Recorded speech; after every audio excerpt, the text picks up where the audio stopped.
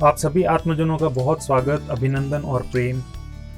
Matinee show में आज बारी है सिनेवेला की, सिनेमा का पॉडकास्ट मेरे यानी गजेंद्र सिंह के साथ। मेरे एक मित्र हैं, वकालत के पेशे से जुड़े हुए हैं। उन्होंने हाल ही में कई पीड़ाएं देखी हैं जीवन में, लेकिन अक्सर उनको जब भी देखा है तो वो हंसते रहते हैं, खुश रहते हैं। इस प्रकार का उनका स्वभाव है कि जो उनके दूसरे मित्र हैं वो सिर्फ उनके नाम लेने मात्र से ही, उनके नाम के जिक्र से ही हंस पड़ते हैं। इस प्रकार की एक मुस्कान उनके चेहरे पर रहती है। सिनेवेला का पिछला अंक उन्होंने भी देखा। उन्होंने जिस चाइनीज़ फिल्म की हमने बात की थी, एन एलिफेंट सिटिंग स्टिल, और उसके डायरेक्टर हू बो की ज़िंदगी, जिन्होंने फिल्म बनाने के बाद अपनी जान ले ली थी, ये सारी चीज़ें देखने के बाद उन्होंने प्रतिक्रिया दी। उन्होंने एक संदेश लिख के भेजा। मेरे मित्र ने लिखा कि आज की तारीख में हर दूसरा आदमी अकेलेपन का शिकार है। केवल समाज को दिखाने के लिए वो मुस्कुराता रहता है, लेकिन अंदर से हर इंसान बहुत दुखी है। उसको केवल प्यास से थोड़ा सा कुरेदने की ज़रूरत है। वो अपनी सारी अंदर की बातें बाहर निकाल के आपके सामने रख देगा। उनकी तरफ से ये जवाब थोड़ा मेरे लिए हैरानी भरा था, क्योंकि अनेक बार हम मिलते रहते हैं, उन्होंने कभी ऐसा कुछ कहा नहीं।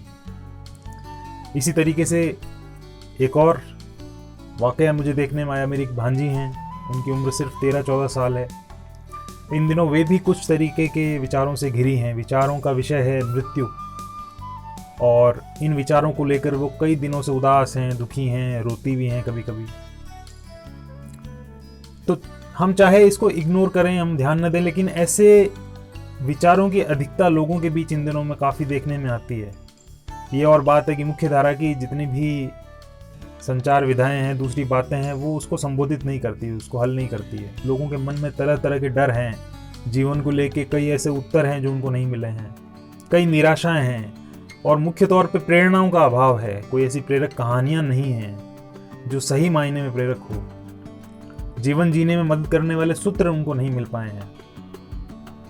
और इनमें चूंकि हम सिनेमा की बात कर रहे हैं, तो इसकी भी और फिल्मों की भी बहुत मदद हो सकती है। ये भी मदद करते हैं। आप ऐसी कई फिल्में देख सकते हैं जो आपकी नाउम्मीदी है उसको दूर करेगी। आपको कुछ फिल्में तो अनूठे सूत्र भी देकर जाएगी, ऐसे सूत्र तो आप ताउम्र अपने इस्तेमाल में ला सकते हैं। ये यकीन की बात ना हो, लेकिन ऐसा है।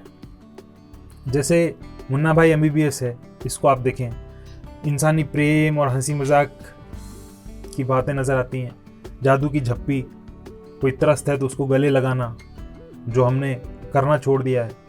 हमारे आसपास जो सबसे बुनियादी काम करने वाले हैं उनको शुक्रिया कहना, एक दूसरे के आगे झुकना, एक दूसरे का सम्मान करना, एक दूसरे को धक्का मुक्की न करना, एक दूसरे को नीचा न दिखाना, जो कि सोशल मीडिया पे और आजकल हम बहुत ज़्यादा मात्रा में देख रहे हैं। और इसने एक नकारात्मकता का ऐसा समाज रचा है जो बहुत हानिकारक है। इसी तरीके से स्वदेश है। स्वदेश एक दूसरे की केयर करना, परवाह करना, संवेदना, आनंद है। बड़ी ही अद्भुत सकारात्मकता वाली कहानी, मन को परिवर्तित करने वाली कहानी, मृत्यु की राह पर कैसे जिया जाए ये बताने वाली फिल्म।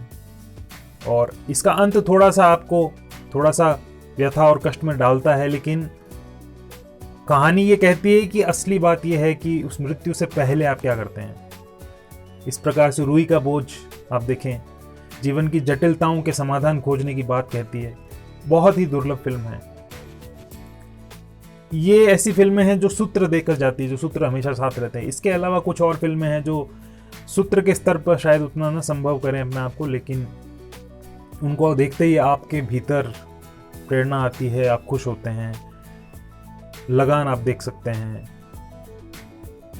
चिल्लर पार्टी देख सकते हैं, बावर्ची देख सकते हैं, आशीर्वाद देख सकते हैं। ऐसी कई फिल्में जो हंसी मजाक करने वाली फिल्में, ये तो कई ऐसे नाम हैं जो आप देख सकते हैं। तो ये और ऐसी कई अन्य फिल्में हैं जिनसे सीखी बातें सिनेमाघरों से घर लौट के आने के बाद भी गायब नहीं होती हैं। ये सबसे अहम बात होती है किसी फिल्म के अंदर, एक ठोस बात जो आपके अवचेतन में हमेशा मौजूद रहती है, उस फिल्म से सीखी हुई बात। इन सब चीज़ों को देखते हुए, सोच विचार करते हुए मेरे दिमाग में एक फिल्म आई जिस पर आज बात करना चाहूँगा। इस फिल्म को कोई मैंने 10-12 साल पहले देखा था। ये एक चैनल पे रोज़ आया करती थी, वो वर्ल्ड सिनेमा का कोई चैनल था, लेकिन मैं रोज़ उस चैनल को हटा के आगे बढ़ जाता था। कोई हॉलीवुड की फिल्मों के दूसरे जो चैनल्स हैं उनकी तरफ चला जाता था और उन फिल्मों को देखता था। अनेक बार ऐसा हुआ। फिर एक दिन मुझे ऐसा लगा कि क्यों ना इस फिल्म को देखा जाए, क्योंकि ये बार बार आंखों के सामने आ रही है, और मैंने उसको लगा लिया। और थोड़ी फिल्म आ चुकी थी और मैंने थोड़ा उसको शुरू से देखना चालू किया, बीच से देखना शुरू किया। और एक बार शुरू करने के बाद अंत में जब तक वो फिल्म खत्म हुई तब तक मैं उसको छोड़ ना सका। और जब वो खत्म हुई तो एक प्रकार की निर्मलता में मैं नहाया हुआ था। कुछ हो गया था मन में, भागम भाग है, निराशा और उचकाव है, वो जाते रहे। और उस दिन से लेकर आज तक इस फिल्म को मैं नहीं भूला, और ऐसा लगता भी नहीं कि कभी भूलूंगा। इस फिल्म का नाम था spring, summer, fall, winter and spring. ऋतुओं की कहानी, जिसके कई गीत हमने सुने हैं। पतझड़, सावन, बसंत, बहार, सावन के झूलों ने मुझे बुलाया। ये ऋतुओं के नाम हमने कई बार सुने। इन्हीं ऋतुओं के नाम पे ये फिल्म, इसका शीर्षक रखा गया है। 2003 में ये फिल्म रिलीज हुई थी। दक्षिण कोरियाई फिल्म थी। इसको डायरेक्ट किया था किम की डूक नाम के डायरेक्टर ने। इस फिल्म की कहानी एक बौद्ध साधु और एक बच्चे से शुरू होती है। दूर दराज पहाड़ियों में, कोरिया में कई पहाड़ियों के और वनों के बीच में एक झील है, तालाब सा है, जिसमें बीचों बीच एक लकड़ी का घर है। वो फ्लोट करता रहता, तैरता रहता है। और उस घर में ये बच्चा और बौद्ध साधु रहते हैं। कभी ज़मीन पे इनको जाना होता है तो बोट से ये जाते हैं। एक नाव है छोटी सी, जिससे वो जाते हैं पानी क्रॉस करके। इनके आसपास एक कुत्ता भी रहता है, कुछ मछलियाँ भी तैरती रहती हैं, चिड़िया है, मुर्गा है, पंछी है, वो करलव करते रहते हैं। इस फिल्म की पूरी कहानी बताने के बजाय मैं सिर्फ एक सीन बताना चाहूँगा। वो सीन है जो पर्याप्त है अपने आप में। ऐसा सीन है कि वो अकेले ही इस फिल्म के बराबर का रेफरेंस है, और ताउम्र आप भूल नहीं सकते। इस सीन में होता यह है कि वो बच्चा और उसके जो गुरु हैं, जो बौद्ध साधु हैं एक किस्म के, वो जंगल जाते हैं खाने पीने के लिए, हरी पत्तियां और पौधे तोड़ के लाते हैं। फिर लाने के बाद वो उनका बना के उनको खाते हैं। वो लौट के आते हैं लेके, तो फिर वो बच्चा और वो साधु दोनों बैठ के छांट रहे होते हैं, और बच्चा अपनी लाए हुए पौधों की पत्तियों को डाल रहा होता है। तो गुरु जो होता है वो एक पत्ता निकाल देता है। बच्चा पूछता है कि क्यों निकाला आपने? तो वो कहता है कि ये बड़ा ही खतरनाक पत्ता है, दूसरी पत्तियां हैं वो जान बचाती है, ये पत्तियां जान लेती है। बच्चा कहता है लेकिन ये दोनों दिखती एक ही जैसी है, मुझे कैसे पता चलेगा? तो गुरु कहता है कि बड़े ध्यान से देखो। ध्यान से देखने में ही गुरु है, ध्यान से देखो। इस पत्ती के ऊपर एक सफ़ेद सी रेखा है, इससे खाओगे तो जान जाएगी, और इसीलिए आगे से ऐसा पौधा कभी नहीं चुनना। इस प्रकार से इन दोनों की बातचीत होती है। और उसके बाद वो बच्चा एक जंगली फूल के जैसा है, भागता है, दौड़ता है, तितलियों को पकड़ता है, उनको मसलना चाहता है, मछलियों को पत्थर मारना चाहता है। एक मछली को पकड़कर उसकी पीठ पर पत्थर बांध देता है धागे से। मछली को तैरने में बड़ी असुविधा होती है। बच्चा हंसता है, उछलता है। फिर एक मेंढक को पकड़ता है, उसके भी पीठ पे एक कम पत्थर बांध देता है धागे से। मेंढक को पानी में छोड़ता है, उसको भी तैरने में बड़ी असुविधा होती है। बच्चा फिर हंसता है। उसका गुरु उसको उसके पीछे पीछे चल रहा होता है, देख रहा होता है कि वो क्या कर रहा है। उसके बाद बच्चा जाता है, एक सांप को पकड़ लेता है। उस सांप की गर्दन के ऊपर एक डोरी बांध देता है, पत्थर बांध देता है, और वो सांप है, रेंग नहीं पाता है, छोटा सा सांप होता है, कष्ट पाता है। वो बौद्ध साधु गुरु देखता है और अचंभित होता है, कुछ वो सोचता है। और फिर रात होती है, वो एक बड़ा सा पत्थर लाता है और रात को सोते हुए अपने इस बच्चे के पीठ पे उस पत्थर को बांध देता है। बच्चा सुबह उठता है, लेकिन बड़ी उसको असुविधा होती है। वो गुरु के पास आता है, आंखें मलते हुए कहता है कि गुरुदेव, मेरी पीठ पे एक बड़ा सा पत्थर है, कृपा करके इसको हटा दें। गुरु कहता है, क्या तुमको इससे तकलीफ हो रही है? बच्चा कहता है, हाँ गुरुदेव। तो वो कहते हैं, क्या तुमने मछली के साथ ऐसा नहीं किया था, मेंढक के साथ नहीं किया था, सांप के साथ नहीं किया था? क्या उनको तकलीफ नहीं हुई होगी? फिर वो उसे कहते हैं, खड़े हो जाओ और चलो। बच्चा खड़ा होता है और चलता है, लेकिन गिर जाता है पत्थर की वजह से। वो कहता है, मैं नहीं चल पा रहा हूँ, मैं नहीं चल पा रहा हूँ। तो वो गुरु उसे कहते हैं कि सोचो, उस मछली, मेंढक और सांप है, उन्होंने कैसे बर्दाश्त किया होगा इसे। बच्चा कहता है, मैं गलत था, मुझे माफ़ कर दीजिए। फिर वो गुरु से कहते हैं कि जाओ, उन सभी जीवों को खोलो, उनके पत्थर खोलो, और उसके बाद ही मैं तुम्हारा पत्थर खोलूँगा। लेकिन ये बात याद रहे, अगर उन जीवों में से, उस मछली, मेंढक या सांप में से एक भी मर गया, तो तुम ये पत्थर पूरे जीवन अपने हृदय में लेके घूमोगे। बच्चा जाता है, नाव खेते हुए अकेले ऊंचाई पर चढ़ता है, बड़ी मुश्किल से झाड़ियों, पत्थरों, उबड़ खाबड़ रास्तों से होते हुए वो जाता है। पीठ पे पत्थर लगा तो कभी कभी उसको थामता है, संभालता है, चलता है। सबसे पहले मछली को खोजता है। वो पोखर पहुंचता है, पानी में हाथ डालता है, देखता है मछली है लेकिन वो मृत पड़ी है। उसे वो हाथ में लेता है और सोचता है मन ही मन कि ये मैंने क्या कर दिया, द्रवित हो जाता है। फिर मिट्टी खोदता है और उसमें उसको दबा देता है, दफना देता है। कई देर तक फिर बैठ के सोचता रहता है। उसका गुरु उसको देखता रहता है। फिर बच्चा मेंढक को खोजता है। वो पानी में मेंढक जूझ रहा होता है पत्थर की वजह से। बच्चा उसे उठाता है और खुद उसे खोल देता है, आज़ाद कर देता है और मेंढक तैर के चला जाता है। फिर वो मोटी चट्टानों पर चढ़ के और सांप को खोजने की कोशिश करता है। फिर आगे जाके सांप को पाता है तो देखता है कि सांप है वो खून से लथपथ पड़ा है, निर्जीव, मृत। बच्चा देखता है तो रोने लगता है बेतहाशा, फूट फूट कर आंसुओं की धारा बहने लगती है।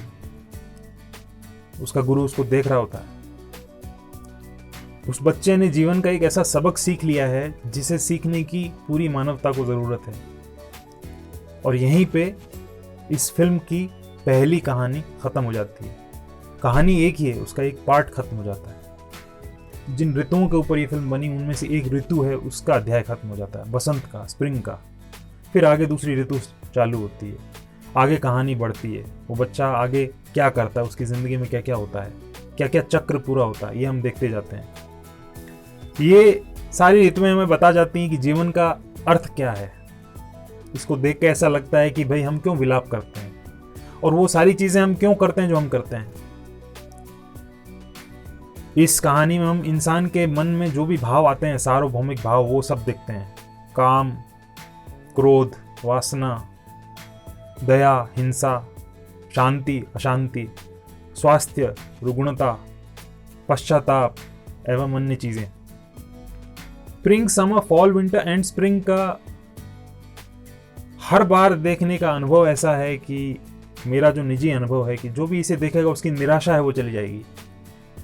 ये और बात है कि मस्तिष्क की जटिलताओं के आगे सारे इलाज हार जाते हैं। सबके दिमाग की जटिलताएं अलग किस्म की होती है, तो इसका कोई दावा नहीं किया जा सकता है कि सब पे ये असर उसी प्रकार से करेगी। लेकिन बहुत से लोगों के ऊपर इसका ऐसा ही असर होगा जैसा मेरे ऊपर हुआ था, ऐसा मुझे लगता है। निराशाएं जाती है, एक निर्मलता का एहसास होता है। और आज के समय में जिस प्रकार की फिल्मों की ज़रूरत है, उस सूची के अंदर ये फिल्म आपको ज़रूर देखनी चाहिए। और संयोग से ये पूरी फिल्म आपके देखने के लिए उपलब्ध भी है। आमतौर पे कोरियाई फिल्में होती नहीं है। इसका पूरा डिस्क्रिप्शन में आप जाएंगे तो इस फिल्म का, पूरी फिल्म का लिंक आपको मिलेगा आपकी सुविधा के लिए। आप वहाँ जाकर देख सकते हैं। इस माहौल में, जिस माहौल का जिक्र शुरू में किया गया, इस माहौल में आप ऐसी फिल्में खोजते रहें, देखते रहें, कमेंट्स में शेयर करते रहें एक दूसरे से। वो लोग उन रेफरेंसेस से वो फिल्में देखते रहेंगे और इस प्रकार से थोड़ा हो सकता है कि चीज़ें बदलें। याद रखने की बात है कि जीवन वैसा ही है जैसा आप देखते हैं, तो हमें अपने देखने के तरीके पर काम करने की ज़रूरत है, जीवन पे काम करने की ज़रूरत नहीं है। क्योंकि सारा राज आपकी दृष्टि में है। वो जैसी दृष्टि है वैसा जीवन है। तो दृष्टि को पॉजिटिव करने की बहुत ज़रूरत है। यही बात मैंने अपनी भांजी से भी कही, यही बात मैं अपने मित्र से भी कहता हूँ। आज सिनेवेला में बात यहीं समाप्त करेंगे। कोई भी अन्य विवेचना, संदर्भ या निर्देशक की जीवन की बातें या दूसरी बातें नहीं देंगे। आज जो महत्वपूर्ण है वो ये कि आप ये फिल्म देखें और उसके बीच में किसी प्रकार का कोई संदर्भ है उसकी आवश्यकता नहीं है। तो मेरी बात को मैं यहीं विराम दूंगा। कोई प्रश्न हो तो कमेंट्स में लिखें, आप ट्विटर पे भी लिख सकते हैं। अगले अंक में आपसे फिर भेंट होगी। तब तक के लिए आपका बहुत बहुत धन्यवाद और आनंद।